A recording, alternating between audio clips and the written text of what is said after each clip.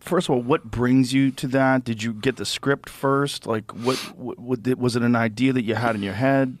It was. It just came from in here, and I was working on something, and a buddy of mine said, "So what do you want to do next?" I said, man, I want to direct something, and I always want to direct a chase film." He said, "What kind of chase?" I said, "A foot chase." He said, "What?" I said, "Yeah, people chasing you. I mean, there's something kind of primal and scary about a foot chase." And I think in order to have a foot chase, you can't have a society where there's any kind of cars or anything like that. Otherwise, you have a car chase. But I want to film a foot chase like it's a car chase. And he said, "Oh." I said, "What are you thinking?" I said, "Well, I'm thinking if you go back before Columbus discovered America, you know."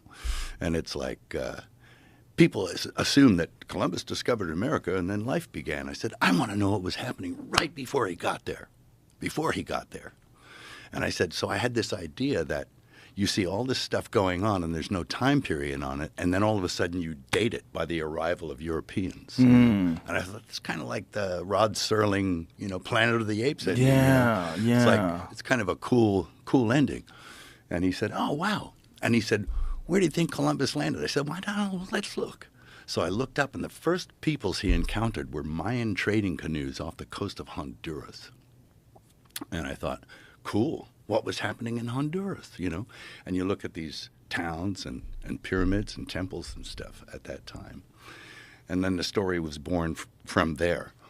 And, of course, then we read the book by Jared Diamond, Collapse. I read the Mayan Bible, the Popol Vuh, and, tried to delve into what they believed and what their civilization was like. And they had concepts, as we do, of heaven and hell, of punishment or reward, It was a little different, quite a bit different, actually.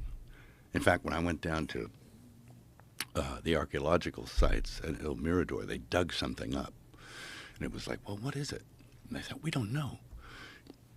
There was this carved image in the stone of this Mayan warrior drinking, and he had an ear spool. And it was like, So they dug further and further, and it went like 26 meters down. And it was the entire story of the Popol Vuh. Of the twins going into hell and getting their father's head and swimming back, and it's this crazy story, and it kind of dated that book because I think it was almost 3,000 years old. This mural, this carving, so it tells you that the story is pretty old. And they thought initially it was probably back in the 1300s, but this confirmed that it was at least 2,600 years old, something like that. Yeah, so it's pretty cool. That to be there when they're digging that stuff up is mind-blowing. Well, they're missing so much of the Mayan history. It's very interesting. You want some coffee? I want some water. That's water right there. Water. They're missing so much of the Mayan history, because everybody's gone. But